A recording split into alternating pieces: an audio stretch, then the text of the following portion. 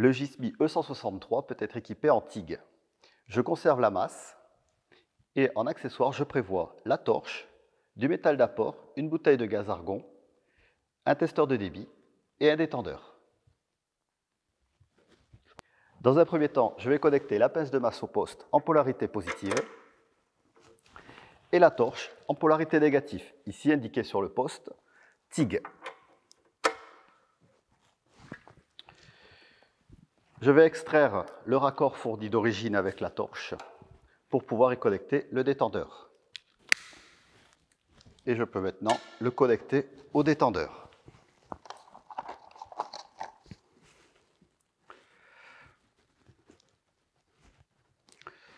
Connecter le détendeur maintenant à la bouteille d'argon pur.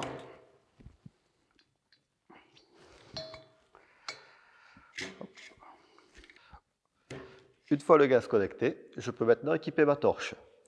Avec la torche était fournie une boîte d'accessoires dans laquelle je trouve des pinces, des supports de buse, des buses et des coiffes.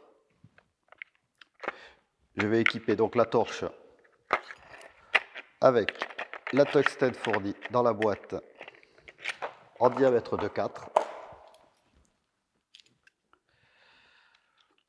Je monte dans un premier temps le support de buse, la buse, la pince avec la tungstène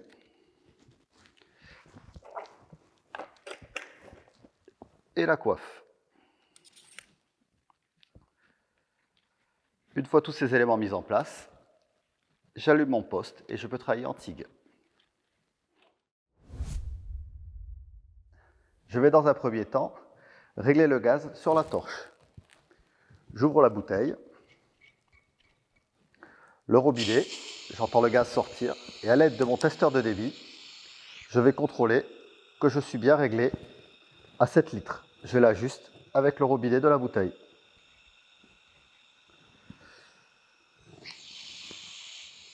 Je referme le robinet.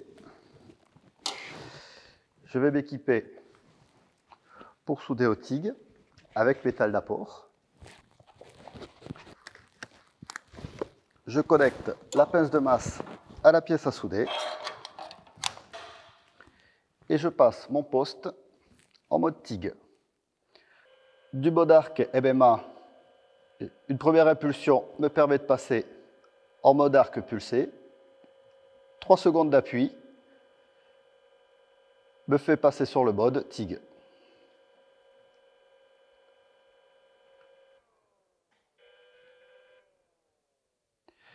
J'ajuste l'intensité en fonction de l'épaisseur et de la tungstène que j'ai montée sur ma torche.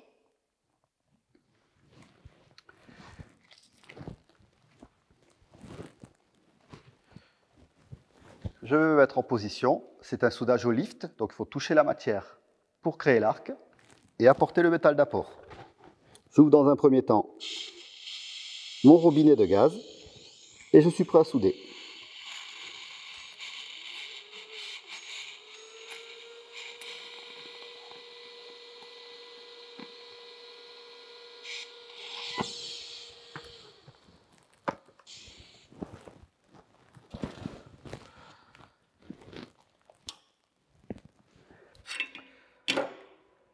Soudure finie.